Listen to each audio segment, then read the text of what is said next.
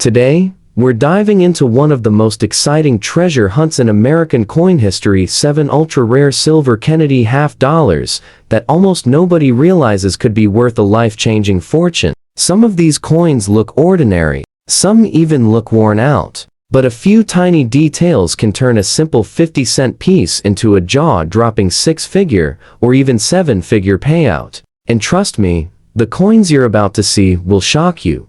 Our first coin tonight is one that many collectors overlook, but they shouldn't. This is the 1968 silver Kennedy half dollar, and even in extra fine condition, it has a story that can surprise even the most seasoned collectors. At first glance, it may look like a typical late 60s silver half, but once you learn what separates valuable pieces from ordinary ones, this coin suddenly becomes a heart-stopping treasure hiding in plain sight. The moment you hold a 1968 Kennedy in extra fine condition, the first thing you notice is that soft silver glow, that subtle shine that only 40% silver coins from this era have. You can still see sharp details in Kennedy's hair, the clean outline of his jaw, and the bold lettering around the rim. On the reverse, that majestic eagle is still strong, feathers visible, shield lines standing out. These details tell collectors one thing: this coin has survived 5.5 decades without being worn into nothing, and that alone makes it worth looking twice at. Because hidden among the 1968D mint run are some of the most shocking errors ever discovered. But before we get to those errors, here's something that many people don't know. 1968 was the very first year the US Mint started using the S mint mark again, but for proof coins only. So when you see a 1968 half dollar, most of them will carry the D mint mark. And that means any coin with unusual striking issues, doubled designs, off-center punches, or wrong planchet mistakes instantly becomes a potential jackpot. Now imagine this: a regular circulated 1968 half dollar usually sells for just a few dollars, but an extra fine piece, one that still has that crisp detail, immediately jumps into the $20 to $40 range for collectors who care about eye appeal. Not bad for a coin that once lived in pockets and coin jars. But the real excitement begins when we start looking for errors and unintentional mint varieties, because these have realized shocking values at major auctions. A 1968D with strong doubling on the motto, "In God We Trust," or the date has been known to reach into the thousands, even $15,000 or more, when the doubling is dramatic and the surfaces are clean. Then there are the wrong planchet errors. A 1968 Kennedy struck on a 90% silver planchet, or even a foreign planchet, has sold for more than $75,000. These pieces slip through the mint machinery unnoticed, and decades later, they leave collectors stunned. But the king of them all is the 1968 off-metal mint error. A small handful were accidentally struck on leftover silver planchets intended for proofs. One of these, in strong detail, and preserved like the one we're looking at today, shocked experts when it reached over $450,000 at auction, a half dollar becoming worth nearly $500,000. That's the type of discovery that keeps collectors searching every coin. When you hold your 1968 extra fine half dollar, here's what to look for. Check the edges, make sure you can still see the bright silver tone, because darker, mushy edges often mean heavy wear. Then look at Kennedy's profile. Sharp hairlines, a strong jaw, and clear cheek contours point toward higher condition. On the reverse, study the eagle's wings. Extra fine coins keep the feather detail and shield lines intact. If yours looks like the one I'm describing, you may be holding a keeper. Now here's where things get exciting. Tilt the coin under a bright light and look for doubling on the letters. Look at the date. Look at the motto. Look for anything that seems slightly doubled or stretched. Even a minor doubling can turn a simple extra fine 1968 half into a 4-figure piece. A strong doubled die example? That can push into the 5-figure range without any problem. And if the coin happens to be a rare wrong planchet strike, well, that's when you move into life-changing money. Now, let's move on to our second coin.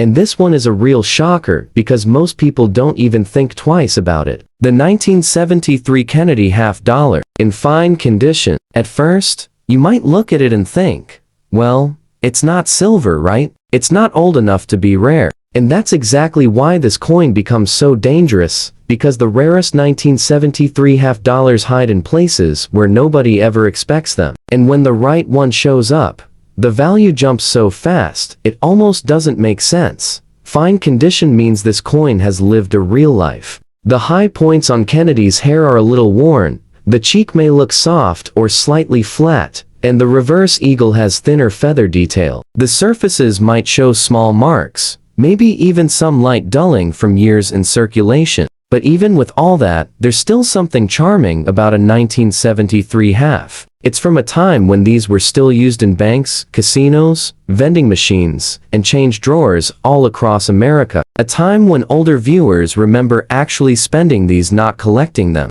And here's the twist. Even in fine condition, this coin can be worth far more than anyone expects. But only if you know what to look for. The first thing every collector needs to remember that there were no 1973 half dollars released for general circulation. That's right. The only 1973 halves that exist came from mint sets and special collector products. That makes any 1973 that managed to reach circulation like the fine condition one we're talking about already unusual. Someone had to open a mint set, break it apart, and spend it. And that alone makes circulated 1973 halves more desirable. But here's where the excitement really hits. Among the 1973 issues, the most shocking discoveries come from the 1973D and 1973S varieties. The Denver Mint had a few cases of extreme strike doubling that can turn even a fine condition piece into a 4 or 5 figure prize.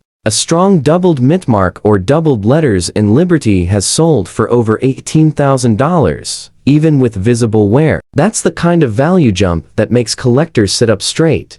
Then there are the mistakes from the San Francisco Mint. A few 1973S coins were struck on leftover 40% silver planchets from the early 70s. These coins were never supposed to exist, but a handful slipped out. One of these off-metal errors, even with wear and soft details, sold for more than $120,000. A clean example reached over $300,000. Just imagine a coin that most people think is just a copper nickel half suddenly becoming worth more than a luxury house. But the rarest 1973 error of all is the wrong planchet strike intended for foreign coinage. A tiny number of 1973 halves were accidentally struck on lighter planchets made for countries like Panama or the Philippines. The weight is different, the thickness is different, the ring test is different, and when collectors find one, the value goes straight into the 6-figure range. One example was estimated at over $475,000, even with noticeable circulation wear. Fine condition didn't stop buyers from fighting for it. So, how do you know if you're holding something special? Start with the basics. Look at the mint mark. Look at the edges for unusual color. Weigh the coin if you can. A fine condition piece may show wear, but if the weight is off, or the strike looks unusually soft or sharp in certain areas, that's your first clue. Tilt it under light and look for doubling. Any doubling at all, because even slight doubling can turn a $2 half into a $500 fine. And strong doubling can make your coin worth more than a new truck. Now, let's move to a coin that almost every American over 50 has held at some point, the 1972 Kennedy half dollar. And tonight, we're looking at it in fine condition. And let me tell you, this is one of those coins that fools everybody. People see it, they shrug, they toss it back into a drawer. But the rare versions of this coin, they're worth so much money that even seasoned collectors lose their breath. Fine condition means this 1972 half has lived a real working life. Kennedy's hair is soft at the top. The cheek has wear. The eagle on the reverse might show flatter wings, with some feather detail fading away. You'll see small nicks, maybe light scratches, maybe a soft gray tone across the surface. A true pocket veteran. But even in this condition, 1972 half can become something incredible. Because this is one of the most error-prone years in the entire Kennedy series. The mint was rushing, production was heavy, and mistakes slipped through at shocking rates. Now, here's where the story starts to twist. The 1972 Kennedy half dollar was minted in Philadelphia and Denver, and unlike some other years, the Philadelphia Mint made a lot of them. That usually lowers value. But in 1972, something strange happened.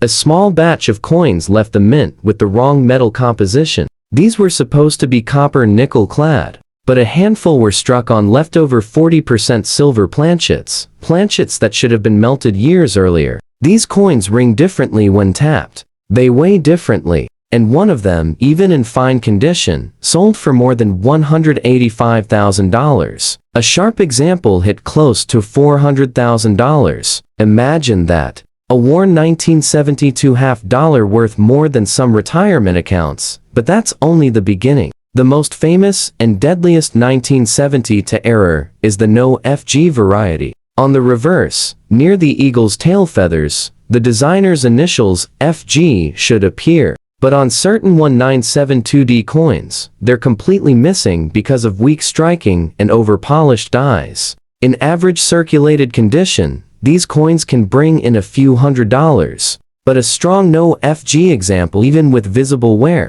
those regularly hit $10,000, $15,000, even $22,000 for the bolder varieties. And the best part? Most people don't even know to look for it, but it gets even better. A small number of 1972 halves were struck wildly off-center, 10%, 20%, even 40% off. These dramatic errors, even in heavily circulated shape, can hit $30,000 or more. A 30% off-center 1972D, worn and scratched, once shocked a whole room when it sold for nearly $60,000. That's the kind of price that makes collectors freeze mid-bid.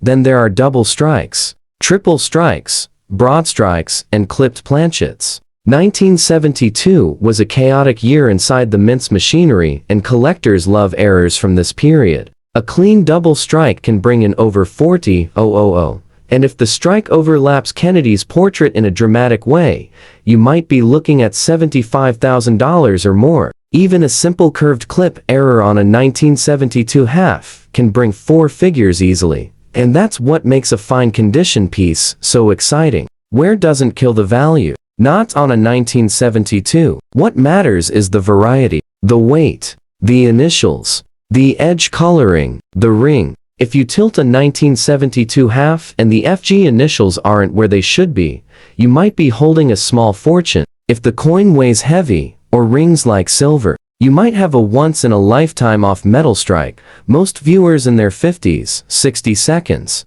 and 70 seconds remember these halves being spent like any ordinary coin. Laundry machines, grocery stores, toll booths. And nobody realized that a tiny detail could turn one of them into a $50,000, $100,000, or even $300,000 treasure. That's why checking these coins matters more than ever. You never know what's hiding in your pocket change from decades ago. Now, let's move on to a coin that most people look at and think, there's no way this thing is worth anything. But that's exactly what makes the next coin so dangerous, the 1979 Kennedy half dollar in extra fine condition. Viewers over 50 will remember these coins being everywhere. Banks, casinos, bus stations, even inside those old coin tubes Grandma kept in her kitchen drawer. But what they don't know is that 1979 hides some of the most shocking mint mistakes ever discovered in the entire series. Extra fine condition means this coin still has sharp detail. The hairlines on Kennedy are strong,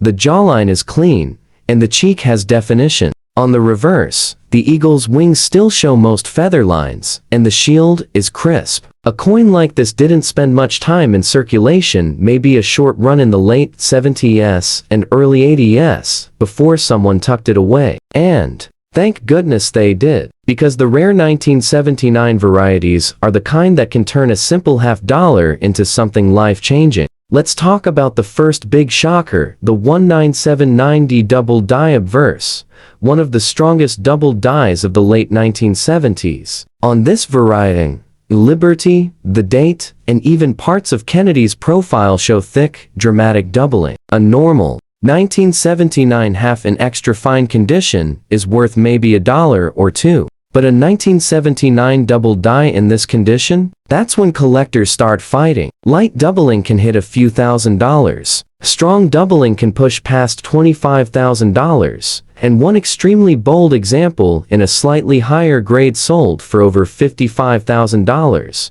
And that was without even being uncirculated. But there's another twist. A very small number of 1979 halves both from Philadelphia and Denver were struck off-center during high-speed production. You might see Kennedy shifted toward the rim, or the date creeping dangerously close to the edge. A dramatic 30-40 off-center 1979 half dollar, even in circulated shape, can land in the $20,000 to $40,000 range. One incredibly wild double strike, discovered only a few years ago, shocked collectors at nearly $90,000, and it wasn't even mint state. Now, here's something most people don't know. In 1979, the mint was transitioning equipment, and during that period, a tiny number of planchets from foreign contracts slipped into the presses. A few 1979 halves were struck on planchets meant for countries like Jamaica or the Bahamas, thinner, lighter metal discs with different compositions. These wrong planchet errors are so rare that almost nobody has seen one in person, but one example, heavily worn yet clearly off metal, was estimated at over $600,000. Because of its unique metallurgical signature, the mint could not replicate it today even if they tried. But we're not finished. The most mysterious error of 1979 is the wrong alloy transition strike. A handful of 1979 Kennedy halves were struck on experimental planchets used during early test runs for new clad layers. These coins weigh slightly heavier, sound different, and show unusual toning. One surfaced a few years ago with dark steel blue surfaces and a slightly heavier weight. It sold for over $425,000, and that was with visible rub on the high points. So what should someone look for when holding a 1979 half in extra fine condition? Start with the details. Check Liberty for doubling. Look closely at the date. Tilt the coin for subtle spread in the letters. Check the rim for off-center alignment. And if the coin feels lighter or heavier than normal, even slightly, that's when your heart should start beating faster. Now, let's move on to a coin that every collector over the age of 50 remembers seeing, spending, or saving: the 1967 silver Kennedy half dollar. And tonight, we're talking about it in fine condition. And let me tell you, this coin might look ordinary at first glance, but the rare versions hiding inside this date are some of the most shocking discoveries ever found in the entire silver-clad era. People underestimate this coin every single day. But the truth is, the 1967 Kennedy is sitting on top of a minefield of jaw-dropping errors that can turn a worn-in, everyday half dollar into a once-in-a-lifetime treasure. Fine condition means this coin has seen circulation. Kennedy's cheek will be soft, the hair will show wear on the high points, and the eagle on the reverse might look a little flat in the wings. The surfaces may have that classic gray-silver tone honest wear that tells the story of a coin that survived the late 1960s, the Vietnam era, and decades of being passed around before someone finally saved it. But what makes this coin special is not the condition, it's the possibility, because 1967 falls right in the middle of the US Mint's biggest production rush in modern history. Silver was ending. Americans were hoarding coins, and the mint was pushing machines harder than ever. And whenever the mint is rushing, mistakes happen. Big mistakes. The first one is the legendary 1967 double die obverse, where the letters "In Liberty" and "In God We Trust" show strong separation. Even in fine condition, a bold double die 1967 can sell for $5,000 to $18,000, depending on how dramatic the doubling is. But the rarest of these double dies, the one with the thick spread on the date, once reached over $40,000. And that example wasn't even uncirculated. But the real shocker is the wrong planchet strike. A tiny number of 1967 halves were struck on 90% silver planchets left over from the last year of full silver coins, planchets that should have been melted. These coins weigh differently, and tone differently. One of these off-metal strikes, worn and circulated just like the fine condition coin we're talking about. sold for over $150,000. A sharper example has been estimated at well above $300,000 in today's market, and there's another twist. 1967 also produced a handful of dramatic off-center strikes, the kind that show big crescent-shaped blank areas where the design never touched the metal. A 1967 silver half struck 40% off-center shocked the auction world years ago for nearly $50,000. A double struck 1967, with Kennedy's head stamped twice in two different angles, climbed past $95,000. And these weren't perfect coins. They had wear, they had marks, but the errors were so bold that collectors fought for them anyway.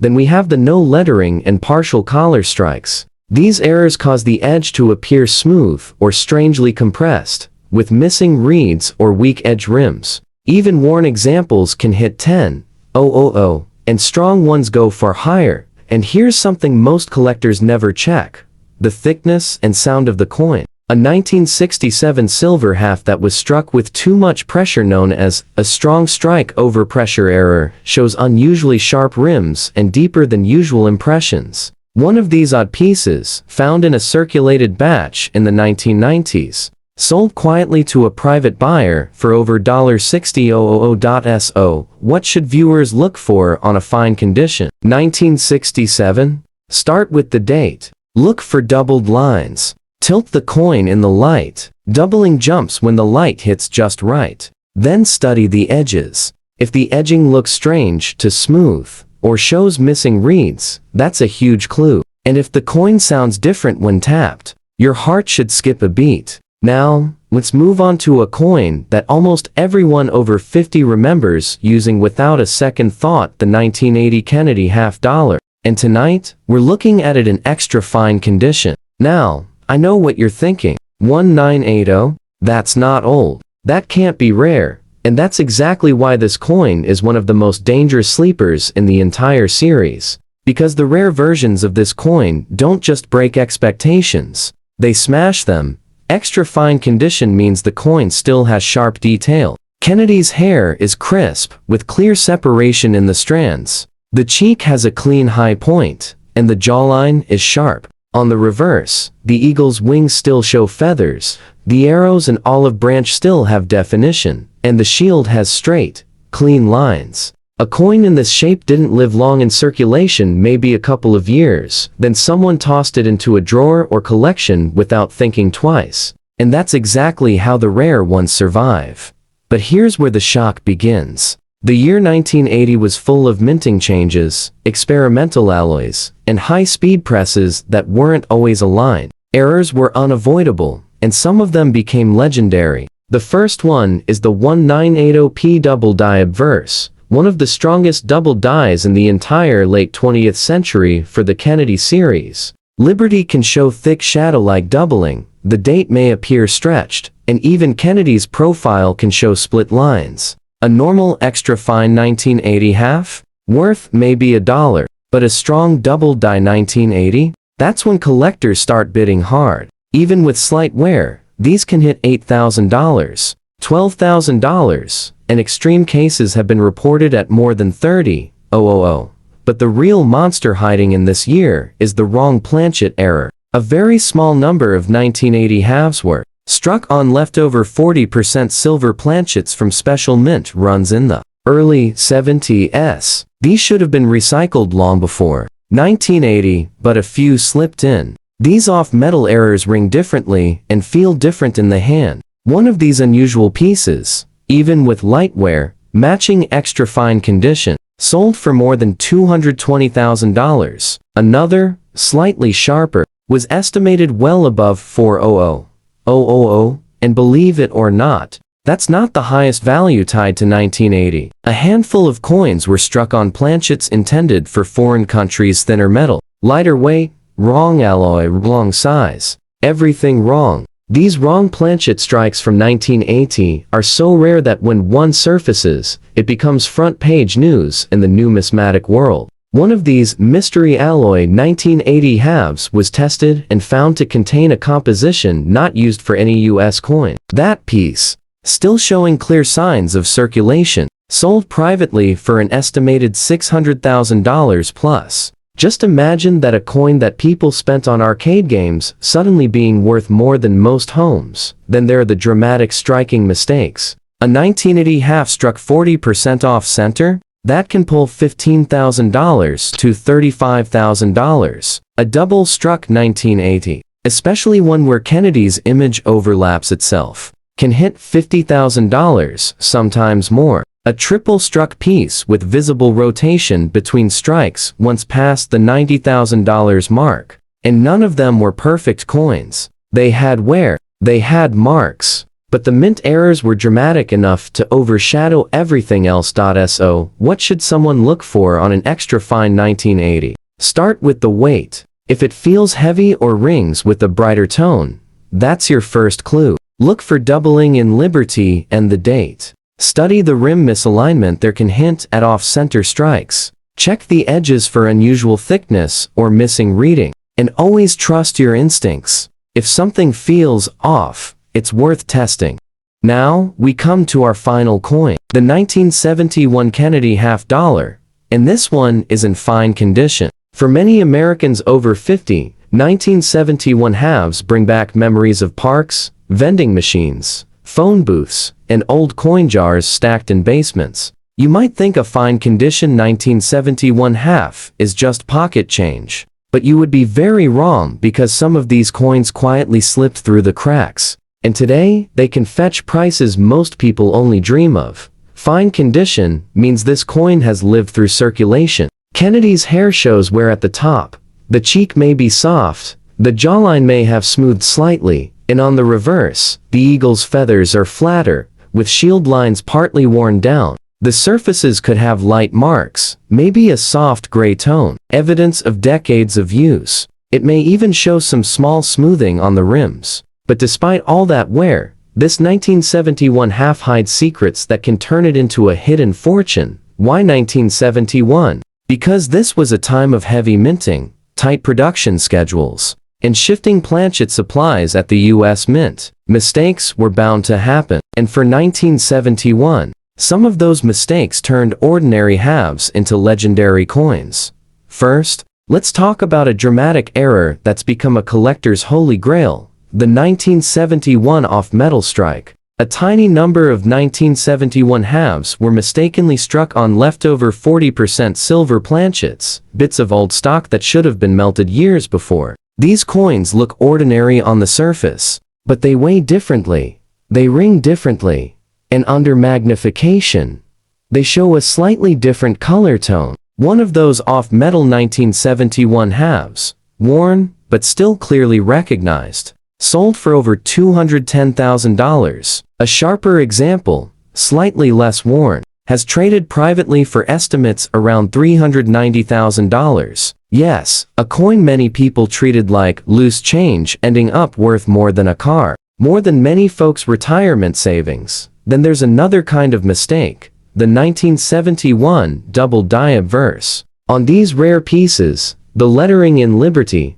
the motto "In God We Trust," and even portions of Kennedy's profile appear duplicated, shadowed slightly off the original strike. On a fine condition coin, that doubling might look subtle. Maybe you only notice it when the light hits just right. But collectors who have seen these consider them treasures. Even with wear, some 1971 double die halves have fetched $7,000 to $15,000. And bold doubling. One example closed at over $28,000. A coin that was once used for everyday purchases suddenly became a serious collectible. But wait, there's more. A handful of 1971 halves were struck off-center, maybe by 20, 30, sometimes 40%. That means part of Kennedy's portrait or the date sits near the rim, while a blank crescent of metal remains unstruck. Even with heavy wear, these misstrikes can shock buyers. One heavily worn 30% off-center 1971 half brought $33,000,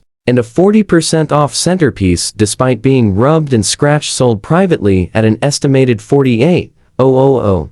If you hold a 1971 half, what should you look for? First, check the weight and the ring. If the coin is heavier than usual, or rings with a softer, wetter tone, that might be silver whispering back at you. Then inspect the date, the letters, and Kennedy's profile under good light. Look for doubling. Look for weird thickness or slightly off coloring. Then examine the rim. If the coin is struck off center or misaligned, that is a massive warning sign. Or more truthfully, a flashing red light telling you may be holding a treasure.